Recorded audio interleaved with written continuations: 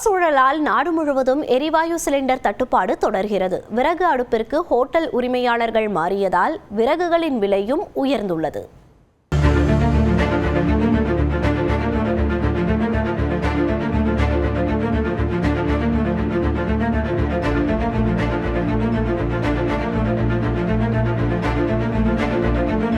வணிக சிலிண்டர்கள் தட்டுப்பாட்டால் சுற்றுலா தலங்களான நாகூர், வேளாங்கண்ணியில் பெரும்பாலான ஓட்டல்கள் மூடப்பட்டன.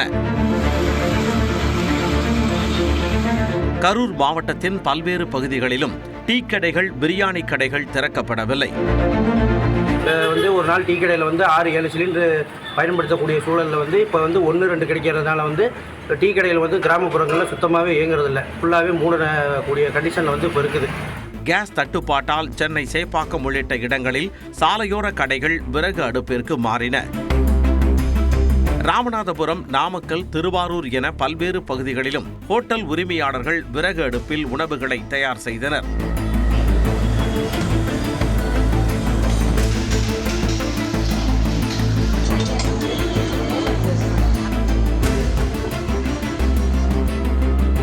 விறகுகள் அதிகளவு விற்பனையாவதால் கடலூரில் அதன் விலை 2 மடங்கு உயர்ந்தது.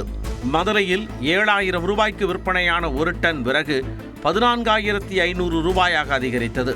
மயிலாடுதுறையில் மரப்பலகை, மரத்தூள் வியாபாரமும் சூடு பிடித்தது. எல்லாம் கேஸ் யூஸ் பண்ணிட்டு இருந்தவங்க எல்லா பேருமே வந்துட்டு இருக்காங்க. புதுசாக அடுப்பு வாங்கிட்டு நான் அடுப்பு வாங்கியிருக்கேன், எந்த விறகு செட் ஆகுன்னு சொல்லி கேட்டு வந்துட்டு இருக்காங்க. காலையிலேருந்து போயிட்டே இருக்கு விறகு. எப்பயும் இல்லாதோட இன்னைக்கு ஒரு 3 மடங்கு சேல் போயிட்டே இருக்கு, நல்லா போயிட்டு. தென்காசியில் மின்சார அடுப்பின் மூலம் டீ கடைகள் இயங்கின. வாட்டர் ஹீட்டரை வைத்து பிளாக் டீ, லெமன் டீ 2 விதமான டீகளை போடுகிறோம். எலக்ட்ரிக்கல் ஸ்டவ்வை வைத்து காஃபி டீ போன்ற பானங்களை தயாரித்து கொடுத்துக்கொள்ளும். சிலிண்டர் தட்டுப்பாட்டால் பணி நேரத்தை குறைத்திருப்பதாக அடையார் ஆனந்த் பவன் ஹோட்டல் உரிமையாளர் சீனிவாசன் தெரிவித்தார்.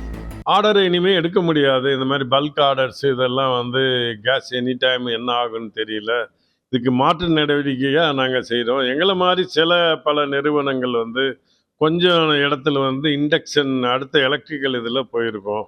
சென்னை, கோவை, நெல்லை உள்ளிட்ட மாவட்டங்களில் ஒரு சில இடங்களில் கேஸ் நிலையங்கள் செயல்படாததால் ஆட்டோ ஓட்டுநர்கள் தவித்தனர். சிவகங்கை காமராஜர் காலனியில் உள்ள ஏஜென்சியில் 20 நாட்களுக்கு முன்னதாக பதிவு செய்து சிலிண்டர் வரவில்லை என கூறி பொதுமக்கள் காலி சிலிண்டர்களுடன் மறியலில் ஈடுபட்டனர்.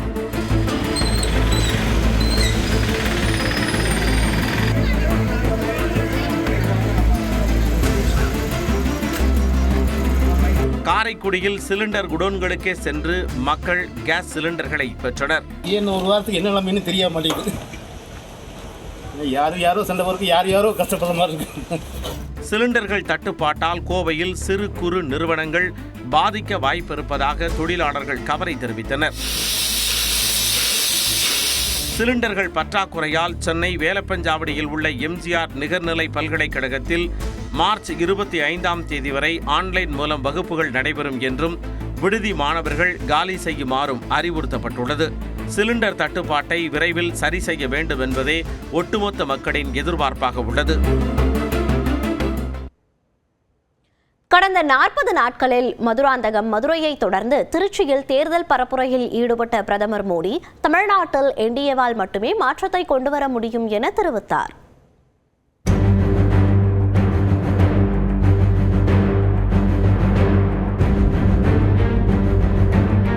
கேரளாவில் அரசு விழாவில் பங்கேற்றுவிட்டு திருச்சிக்கு வந்தடைந்த பிரதமர் மோடியை தேசிய ஜனநாயக கூட்டணி கட்சித் தலைவர்கள் வரவேற்றனர். அங்கிருந்து ஹெலிகாப்டர் மூலம் பஞ்சப்பூர் சென்றடைந்த பிரதமர் மோடி 5,655 கோடி ரூபாய் மதிப்பிலான திட்டங்களை நாட்டிற்கு அர்ப்பணித்தார்.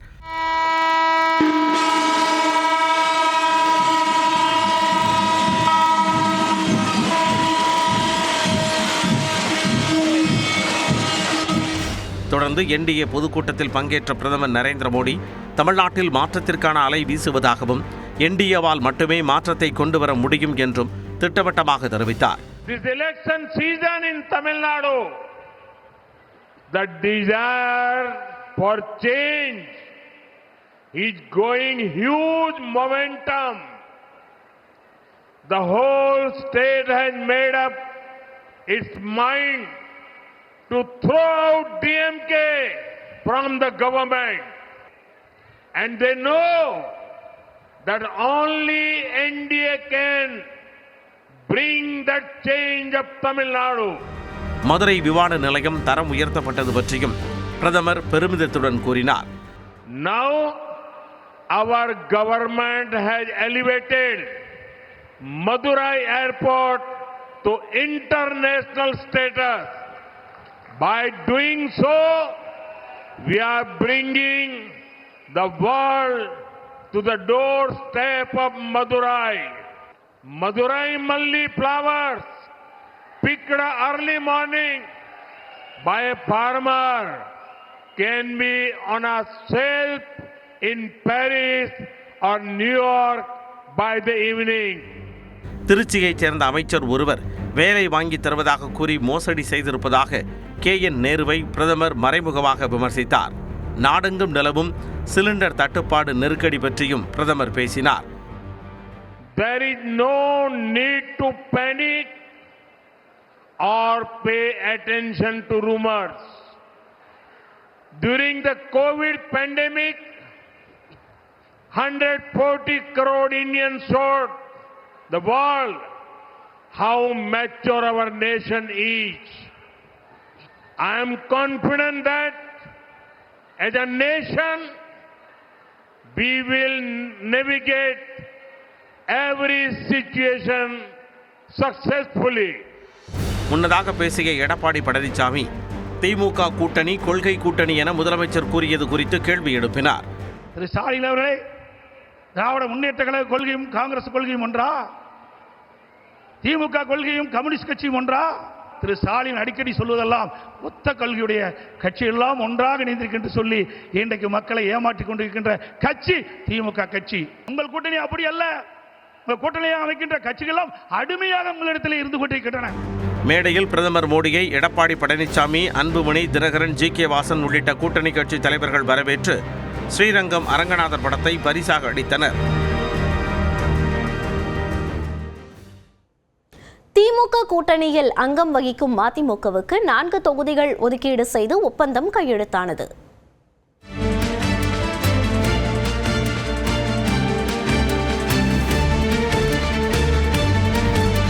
TR பாலு தலைமையிலான திமுக தொகுதி பங்கீட்டு குழு கூட்டணி கட்சிகளுடன் பேச்சுவார்த்தை நடத்தி வருகிறது.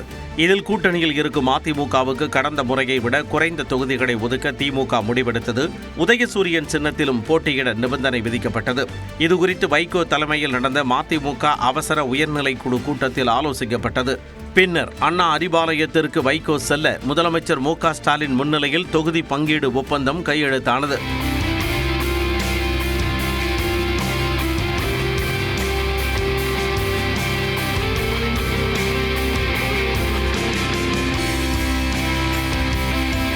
RS பாரதி மற்றும் அமைச்சர்கள் KN நேரு, ஏவா வேலு, MRK பன்னீர்செல்வம் உள்ளிட்டோரும் மதிமுகவில் இருந்து துரை வைகோ உள்ளிட்ட நிர்வாகிகளும் உடன் இருந்தனர்.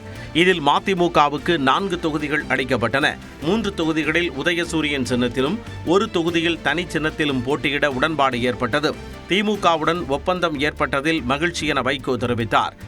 மறுமலர்ச்சி திராவிட முன்னேற்ற கழகத்திற்கு 4 இடங்கள், 4 சட்டமன்ற தொகுதிகள் ஒதுக்கப்படும் என்றும் 3 தொகுதிகளில் உதயசூரியன் சின்னத்தில் போட்டியிடுவதென்றும் 1 தொகுதியில் மறுமலர்ச்சி திராவிட முன்னேற்ற கழகத்திற்கு ஒதுக்கப்படுகிற தனி சின்னத்தில் போட்டியிடுவதென்றும் உடன்பாடு ஏற்பட்டிருக்கிறது.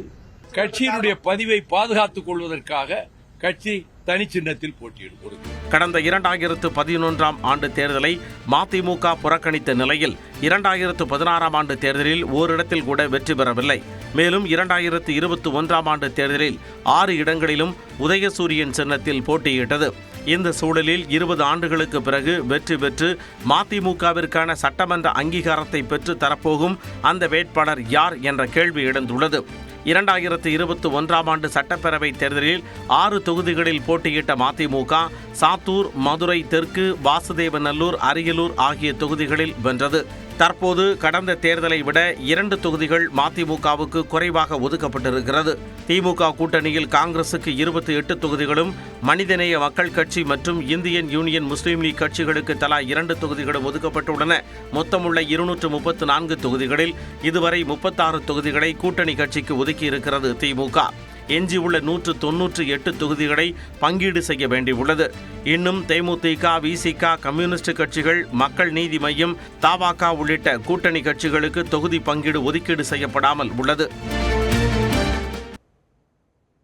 தொடர்ந்து 1 நிமிட செய்திகளை பார்க்கலாம். பெட்ரோல் டீசல் தட்டுப்பாடு அச்சத்தால் திருவண்ணாமலையில் நள்ளிரவில் பெட்ரோல் விற்பனை மையங்களில் கேன்களுடன் வாகன ஓட்டிகள் குவிந்த காட்சிகள் தான் இவை. வளைகுடா நாடுகளில் போர் சூழல் காரணமாக பெட்ரோல் டீசல் விலை உயரும் என்று திருவண்ணாமலை சுற்றுவட்டாரத்தில் வதந்தி பரவியதாக கூறப்படுகிறது.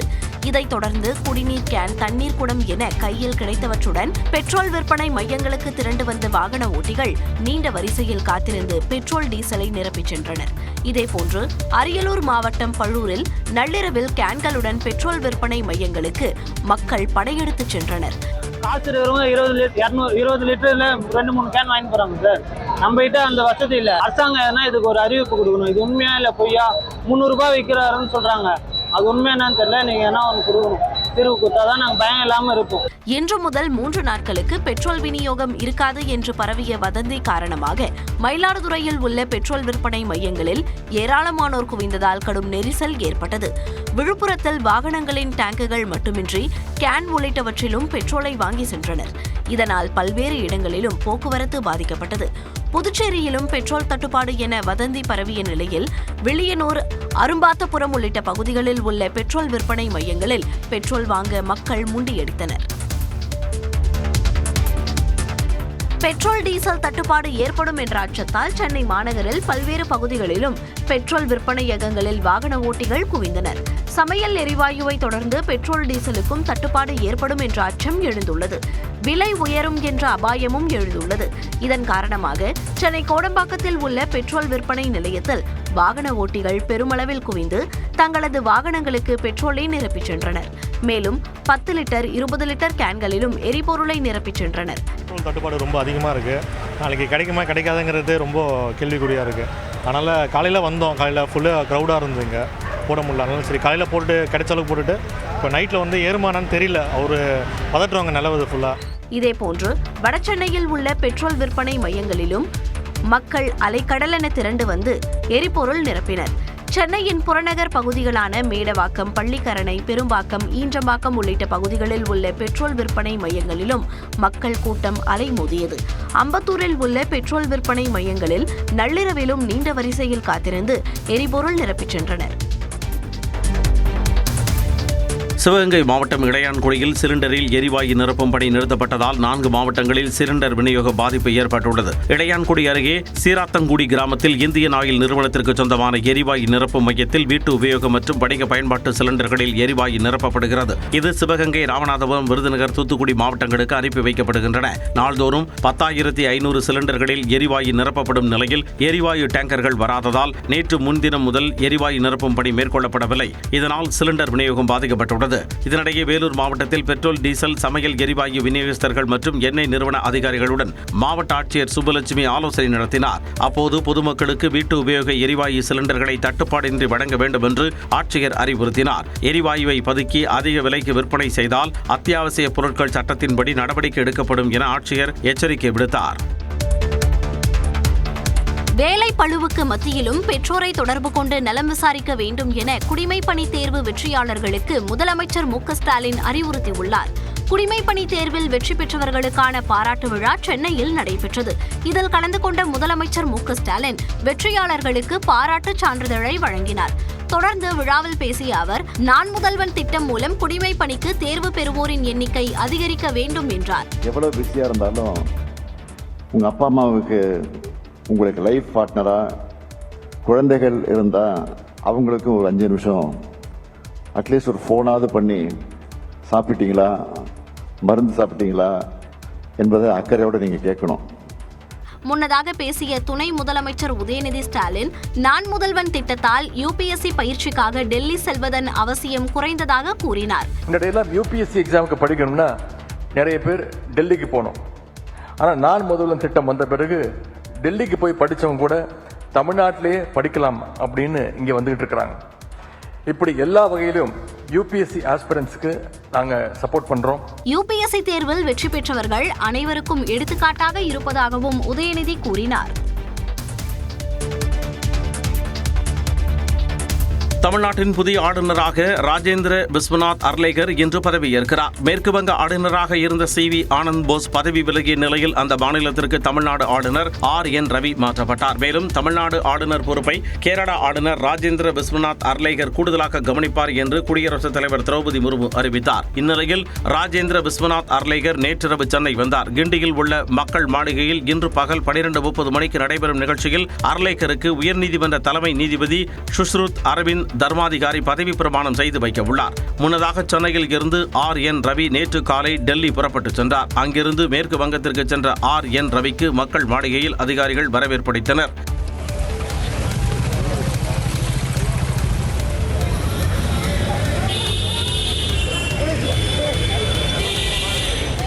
இதனைத் தொடர்ந்து மேற்கு வங்க ஆளுநராக RN ரவி இன்று பதவியேற்க உள்ளார்.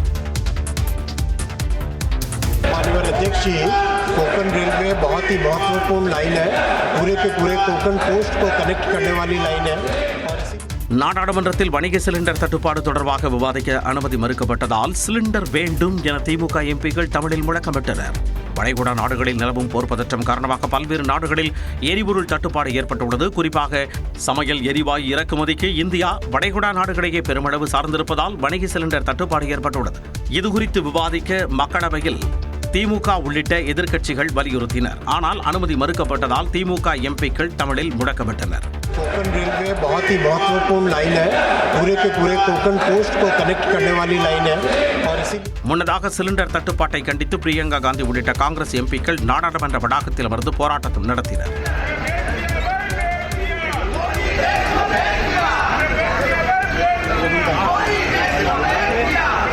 बेरोजगारी बढ़ रही है. अब LPG की सिचुएशन को देखिए, कितना बर्दाश्त करेगी, और इनकी पॉलिसीज, इनकी नीतियों की वजह से. உண்மை நிலையை பாஜக அரசு மறைப்பதாகவும் பிரியங்கா காந்தி குற்றம் சாட்டினார். தாவேகாவுடன் தாங்கள் கூட்டணி பேச்சுவார்த்தை நடத்தவில்லை என அதிமுக பொதுச் செயலாளர் எடப்பாடி பழனிசாமி தெரிவித்துள்ளார். திருச்சியில் செய்தியாளர்களை சந்தித்த அவர் விஜய் குறித்த கேள்விக்கு பதிலளித்த போது இதனை தெரிவித்தார். அப்படி எதுவும் புதிய கட்சிகள் சார் நான் இப்ப சொல்றேன்ல, பாமகவோட நாங்க பேச்சுவார்த்தை நடத்துவீங்களா சார்? சார் இது என்ன கற்பனையான கேள்வி, நடத்துவீங்களா போவீங்களான்னு? அதுதான் இல்லைட்டு இன்னும் பாமகவோட நாங்க கூட்டணி பேச்சுவார்த்தை இதுவரை பேசவில்லை சார். இங்க கூட்டணி பொறுத்தவரைக்கும் எதுவுமே விஜய் மீதான CBI விசாரணையை புற அழுத்தம் என கூறிவிட முடியாது எனவும் எடப்பாடி பழனிசாமி குறிப்பிட்டார்.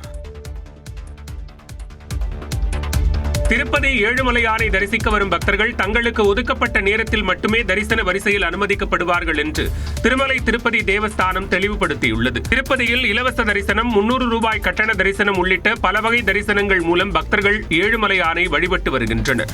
குறிப்பிட்ட நேரத்திற்கான தரிசன டிக்கெட்டுகளை பெற்றவர்கள் 1 மணி நேரம் தாமதமாக சென்றாலோ அல்லது முன்கூட்டியே சென்றாலும் சாமி தரிசனத்திற்கு அனுமதிக்கப்பட்டு வந்தனர். இந்நிலையில் திருப்பதி தேவஸ்தானம் வெளியிட்டுள்ள அறிவிப்பில் தரிசன டோக்கன் வைத்துள்ள பக்தர்கள் குறிப்பிட்ட நேரத்திற்கு மட்டுமே சாமியை தரிசிக்க வரிசையில் செல்ல அனுமதிக்கப்படுவார்கள் என்று தெரிவிக்கப்பட்டுள்ளது. இந்த முறை திங்கட்கிழமை முதல் அமலுக்கு வந்துள்ள நிலையில் பக்தர்கள் தங்களுக்கு ஒதுக்கப்பட்ட நேரத்திற்கு முன்பாகவோ அல்லது தாமதமாகவோ வரவேண்டாம் எனவும் அப்படி வரும் பக்தர்கள் அனுமதிக்கப்பட மாட்டார்கள் என்றும் அறிவிக்கப்பட்டுள்ளது. பக்தர்களின் தரிசனத்தை எளிதாக்கவும் நெரிசலை தவிர்க்கவும் இந்த முடிவை எடுத்திருப்பதாக தேவஸ்தானம் தெரிவித்துள்ளது.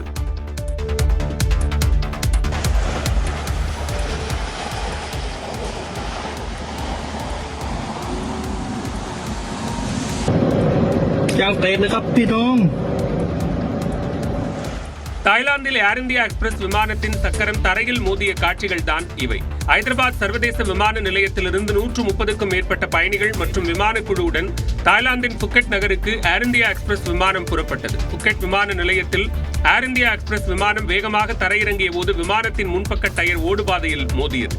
இதில் விமானத்தின் முன்பக்க சக்கரம் உடைந்து தரையில் உரசியது.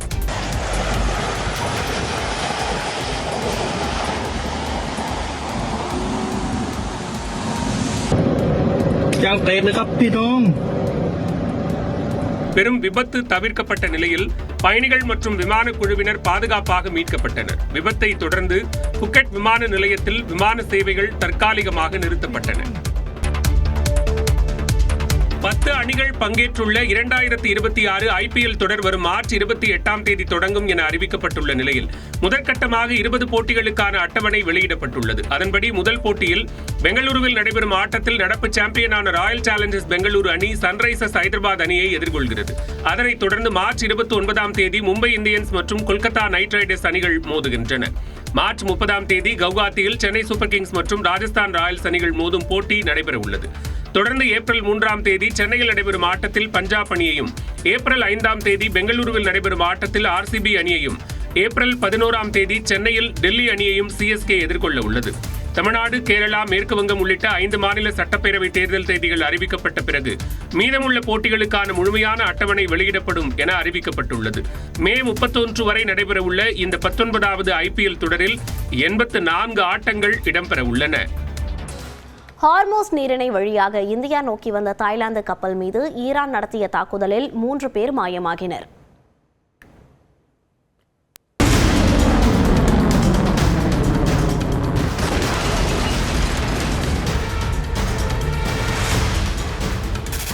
அணு ஆயுத ஒப்பந்த பேச்சுவார்த்தை தோல்வியில் முடிவடைந்ததை அடுத்து ஈரான் மீது அமெரிக்கா மற்றும் இஸ்ரேல் கூட்டுப்படைகள் இணைந்து கடந்த 28ஆம் தேதி தாக்குதல் நடத்தின.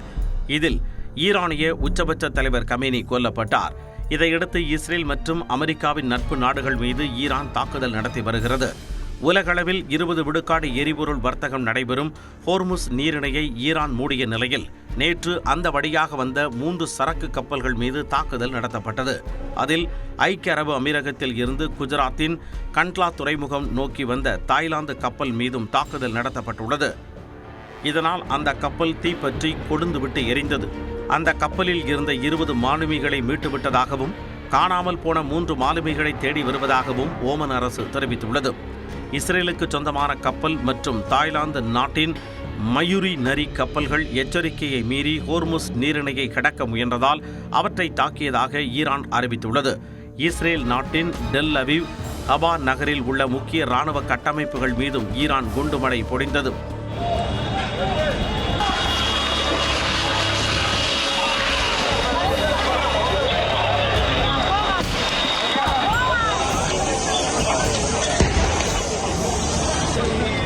ஓமன் நாட்டின் சலாலா துறைமுகம் அருகே உள்ள மிகப்பெரிய எண்ணெய் சேமிப்பு கிடங்கு மீதும் ட்ரோன் தாக்குதல் நடத்தப்பட்டது.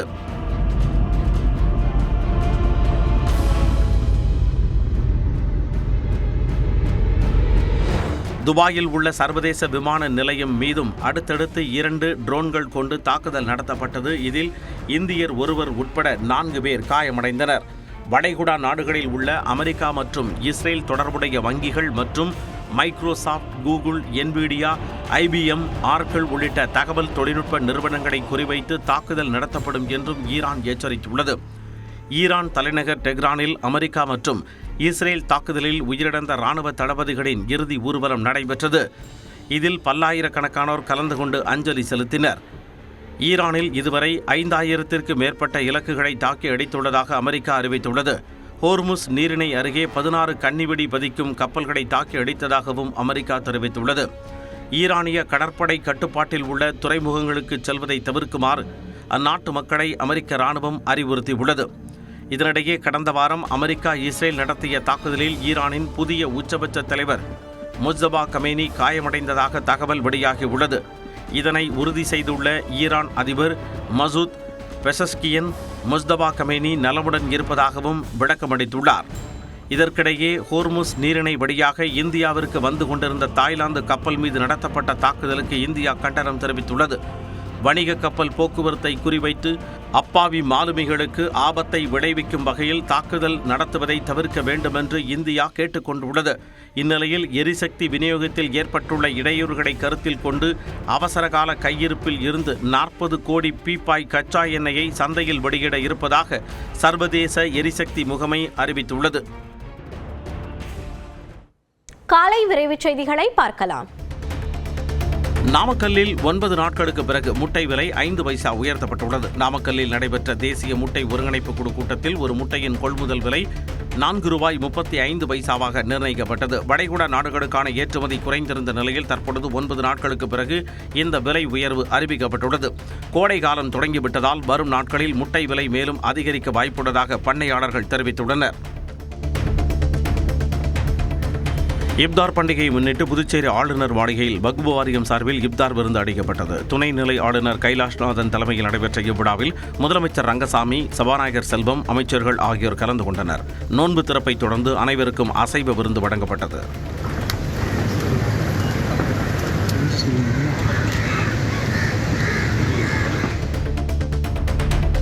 சென்னை ரெட்டேரி அருகே புத்தகரத்தில் உள்ள மளிகை கடையில் குளிர்சாதன பெட்டியில் ஏற்பட்ட மின்கசிவு காரணமாக தீ விபத்து ஏற்பட்டது. விஜயகுமார் என்பவர் நடத்தி வந்த மளிகை மற்றும் காய்கறி கடையில் காலை வியாபாரம் நடந்து கொண்டிருந்த போது பிரிட்ஜில் ஏற்பட்ட மின்கசிவால் திடீரென தீ பிடித்தது. பின்னர் குளிர்சாதன பெட்டியில் கேஸ் சிலிண்டர் வெடித்து தீ வேகமாக பரவியது. இதனால் கடையில் இருந்த 5 லட்சம் ரூபாய் மதிப்புள்ள பொருட்கள் அனைத்தும் தீக்கிரையாகின. பைக் டாக்ஸிகளுக்கு அனுமதி வழங்க கோரிய பொதுநல மனு தொடர்பாக அரசின் நிலைப்பாடு என்ன என்று உயர்நீதிமன்ற மதுரை கிளை கேள்வி எழுப்பியுள்ளது. நவீன்குமார் என்பவர் தாக்கல் செய்த மனுவில் பைக் டாக்ஸிகளை முறைப்படுத்த சட்டப்பூர்வ நடவடிக்கை எடுக்க வேண்டும் என்று கோரியிருந்தார். இதை விசாரித்த நீதிமன்றம் போக்குவரத்து நெரிசலை குறைக்க உதவும் இந்த சேவை குறித்து தமிழக அரசின் நிலைப்பாடு என்ன என்பது குறித்து மாநில போக்குவரத்து ஆணையர் மற்றும் மத்திய சாலை போக்குவரத்து துறை செயலாளர் ஆகியோர் பதில் மனு தாக்கல் செய்ய உத்தரவிட்டது.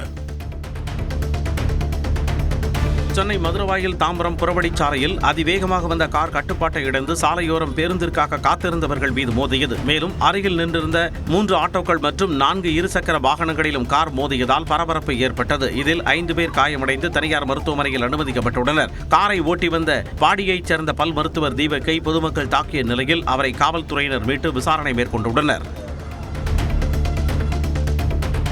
மயிலாடுதுறை அருகே செய்வினை அகற்றுவதாக கூறி பெண்ணிடமிருந்து 5 சவரன் தங்க நகைகளை மோசடி செய்து பறித்த நபர் பிடிபட்டார். படையக்கூடலூர் வடக்கு காலனி தெருவில் குறி சொல்பவர் போல் வேடமிட்டு சென்ற சுதாகர் கண்ணகி என்பவரிடம் வீட்டில் செய்வினை இருப்பதாக கூறி பயமுறுத்தியுள்ளார். பின்னர் அருகில் உள்ள கோயிலில் பூஜை செய்ய வேண்டும் என கூறி அவர் அணிந்திருந்த தாலி சங்கிலி மற்றும் மோதிரத்தை வாங்கி கொண்டு தப்பினார். புகாரின் பேரில் விசாரணை நடத்திய காவல்துறையினர் மேல்மருவத்தூரில் சுதாகரை கைது செய்து நகைகளை பறிமுதல் செய்தனர். பழனியில் உழவர் சந்தை பகுதியில் திடீரென வெறிபிடித்த தெருநாய் நடைபயிற்சி மேற்கொண்டவர்கள் மற்றும் பொதுமக்களை விரட்டி கடித்தது.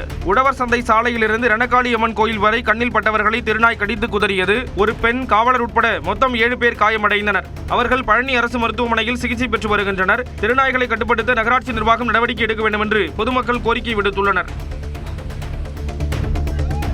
உத்தரப்பிரதேச மாநிலம் கோரக்பூரில் சிலிண்டர் வாங்க நீண்ட வரிசையில் மக்கள் காத்திருந்த போது ஏற்பட்ட தகராறில் இளைஞர்கள் ஒருவர் தாக்கிக் கொண்டனர். ஈரான் மீது அமெரிக்கா, இஸ்ரேல் நாடுகளின் கூட்டுப்படை தாக்குதலுக்கு பதிலடி கொடுக்கும் வகையில் மத்திய கிழக்கு நாடுகள் மீது ஈரான் தாக்குதல் மேற்கொண்டு வருகிறது. இதனால் பல்வேறு நாடுகளில் பெட்ரோல், டீசல், எரிவாயு உள்ளிட்ட பொருட்களுக்கு தட்டுப்பாடு ஏற்பட்டுள்ளது. இந்நிலையில் கோரக்பூரில் சிலிண்டர் வாங்க பொதுமக்கள் நீண்ட வரிசையில் காத்திருந்த போது இளைஞர்களுக்கிடையே தகராறு ஏற்பட்டுள்ளது. அப்போது ஒருவர் தாக்கிக் கொண்டனர்.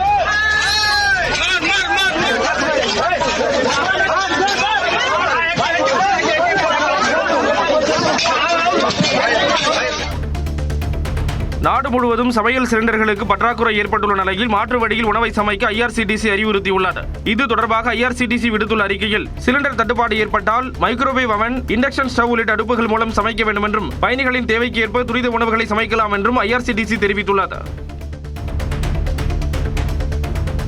கேரளாவில் பிரதமர் மோடி பங்கேற்ற அரசு நிகழ்ச்சியின் அழைப்புதலில் மாநில அமைச்சரின் பெயர் இடம்பெறாததற்கு எதிர்ப்பு தெரிவித்து முதலமைச்சர் பினராயி விஜயன் நிகழ்ச்சியை புறக்கணித்தார். கேரளாவில் பல்வேறு தேசிய நெடுஞ்சாலை மேம்பாட்டு திட்டங்களின் தொடக்க விழாவில் பிரதமர் மோடி பங்கேற்றார். இந்நிகழ்ச்சியின் அழைப்புதலில் முதல்வர் பினராயி விஜயன், அமைச்சர்கள் ராஜேஷ் மற்றும் கிருஷ்ணன்குட்டி ஆகியோரின் பெயர்கள் இடம்பெற்ற நிலையில் பொதுப்பணித்துறை அமைச்சர் முகமது ரியாஸின் பெயர் இடம்பெறவில்லை. இதனால் அதிருப்தி அடைந்த முதலமைச்சர் பினராயி விஜயன் உள்ளிட்ட அமைச்சர்கள் பிரதமர் மோடியின் நிகழ்ச்சியை புறக்கணித்தனர்.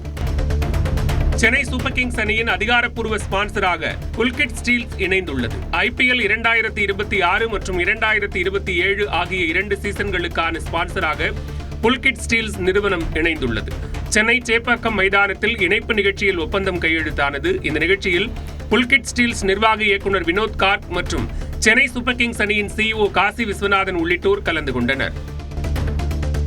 மத்திய கிழக்கு நாடுகளில் நிலவும் போர் பதற்றத்தால் சமையல் எரிவாயு தட்டுப்பாடு ஏற்பட்டுள்ள நிலையில் கடலூர் மாவட்டம் கீழரெஞ்சம்பட்டு நடுநிலைப்பள்ளி ஒரு சிறந்த தீர்வை முன்னெடுத்துள்ளது. இங்குள்ள மதிய உணவு மையத்தில் மாட்டுச் சாணத்தை கொண்டு இயங்கும் பயோகேஸ் அடுப்பு மூலம் மாணவர்களுக்கு தடையின்றி உணவு சமைத்து வழங்கப்படுகிறது. 20 லிட்டரு அதில் ஊற்றுவோம். எனக்கு சாப்பாடு செய்கிறதுக்கு கிடைக்கும். சாப்பாடு செய்வேன், அந்த முட்டை வைப்பேன், பயிரை வைப்பேன், இது ஏதாவது சாம்பார் வைக்கிறது இதெல்லாம் அதிலே செஞ்சுக்குவேன்.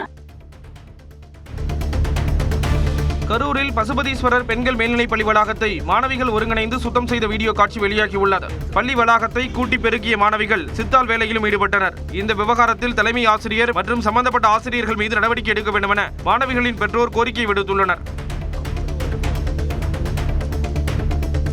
தமிழ்நாட்டு மக்களின் ஆதரவுடன் வரும் சட்டமன்ற தேர்தலில் எதிரிகள் மற்றும் துரோகிகளை வேறறுத்து வெற்றி வாகை சூடுவோம் என திண்டிவனத்தில் நடைபெற்ற இஃப்தார் நோன்பு திறப்பு நிகழ்ச்சியில் வி.கே. சசிகலா சூளுரைத்தார். தமிழக மக்களின் பேராதரவுடன் வரும் சட்டமன்ற தேர்தலில் எதிரிகளையும் துரோகிகளையும் வேறறுத்து வெற்றி வாகை சூடுவோம் என்பதை உறுதியோடு தெரிவித்துக் கொள்கிறேன். பொள்ளாச்சியில் பிரசித்தி பெற்ற மாரியம்மன் கோயிலில் மாசி திருவிழாவையொட்டி அம்மன் வெள்ளித்தேரில் பவனி வந்து பக்தர்களுக்கு காட்சியளித்தார். விநாயகரின் மரத்தேர் முன்னே சென்ற நிலையில் அதனைத் தொடர்ந்து புறப்பட்ட அம்மன் தேர் தெப்பக்குளம் வீதி உள்ளிட்ட முக்கிய வீதிகள் வழியாக சென்று வெங்கட்ராமன் வீதியில் நிலைநிறுத்தப்பட்டது. இந்த விழாவில் பல்லாயிரக்கணக்கான பக்தர்கள் கலந்து கொண்டு சாமி தரிசனம் செய்தனர். திண்டுக்கல் மாவட்டம் கன்னிவாடி அருகே பெண்ணிடம் கத்தியை காட்டி மிரட்டி 7 சவரன் தங்க நகையை மர்ம நபர்கள் பறித்துச் சென்றனர். குயவநாயக்கன்பட்டி பகுதியில் செவந்தியம்மாள் என்ற பெண் தோட்டத்து வீட்டில் தனியாக இருந்தார். அப்போது முகமூடி அணிந்து வந்த மர்ம நபர்கள் கத்தியை காட்டி மிரட்டி 7 சவரன் தங்க நகை 1,40,000 ரூபாய் ரொக்கம் ஆகியவற்றை பறித்து சென்றனர். திருமங்கலம் நகராட்சி எல்லைக்குள் விதிமுறை மீறி அமைந்துள்ள கப்பலூர் சுங்கச்சாவடி நகராட்சி எல்லைக்கு அப்பால் இருப்பதாக தவறான தகவல் அளித்த தேசிய நெடுஞ்சாலைத்துறை அதிகாரிக்கு சுங்கச்சாவடி எதிர்ப்பு குழுவினர் கடும் கண்டனம் தெரிவித்துள்ளனர். விதிமுறைப்படி 5 கிலோமீட்டர் தொலைவுக்கு பதில் 1.5 கிலோமீட்டரிலேயே சுங்கச்சாவடி அமைந்துள்ள நிலையில் அதிகாரி மீது நடவடிக்கை எடுக்கவும் மறுப்புச் செய்தி வெளியிடவும் அவர்கள் வலியுறுத்தியுள்ளனர். கோரிக்கை ஏற்கப்படாவிட்டால் சுற்றுவட்டார பகுதி வாகன ஓட்டிகளை ஒன்றிணைத்து மாபெரும் போராட்டம் நடத்தப் போவதாகவும் எச்சரிக்கை விடுத்துள்ளனர். காஷ்மீரின் பாரமுல்லா மாவட்டத்தில் நிலச்சரிவு ஏற்பட்டதை அடுத்து உரி பாரமுல்லா தேசிய நெடுஞ்சாலை மூடப்பட்டது. காஷ்மீர் மாநிலத்தின் சில பகுதிகளில் கனமழை பெய்து வருகிறது. இந்நிலையில் பாரமுல்லா மாவட்டத்தின் என்எஸ் பாலத்தில் ஏற்பட்ட நிலச்சரிவால் உரி பாரமுல்லா தேசிய நெடுஞ்சாலை மூடப்பட்டது. தெலங்கானா மாநிலம் ஹைதராபாத் அருகே சுகாதாரமற்ற முறையில் தயாரிக்கப்பட்ட இஞ்சி பூண்டு விழுதை அதிகாரிகள் கைப்பற்றினர். ஹைதராபாத் அருகே மலைப்பள்ளி பகுதியில் உள்ள தொழிற்சாலையில் உணவு பாதுகாப்புத்துறை அதிகாரிகள் திடீரென சோதனை மேற்கொண்டனர். அப்போது வேதியியல் பொருட்கள் கலந்தது மட்டுமல்லாது சுகாதாரமற்ற முறையில் இஞ்சி பூண்டு விழுது தயாரிக்கப்படுவதைக் கண்டு அதிகாரிகள் அதிர்ச்சி அடைந்தனர். இதையடுத்து 1090 கிலோ இஞ்சி பூண்டு விழுதை பறிமுதல் செய்த அதிகாரிகள் ஆலையின் உரிமையாளரை கைது செய்தனர். நாடு முழுவதும் சிலிண்டர்களுக்கு தட்டுப்பாடு ஏற்பட்டுள்ள நிலையில் டெல்லியை அடுத்த உத்தரப்பிரதேச மாநிலம் நொய்டாவில் சிலிண்டர் வாங்க பொதுமக்கள் நீண்ட வரிசையில் காத்திருந்தனர். மத்திய கிழக்கு நாடுகள் மீது ஈரான் நடத்தி வரும் தாக்குதலால் பல்வேறு நாடுகளில் பெட்ரோல், டீசல், எரிவாயு உள்ளிட்ட பொருட்களுக்கு தட்டுப்பாடு ஏற்பட்டுள்ளது. இந்நிலையில் நொய்டாவில் சிலிண்டர் வாங்க பொதுமக்கள் நீண்ட வரிசையில் காத்திருந்தனர்.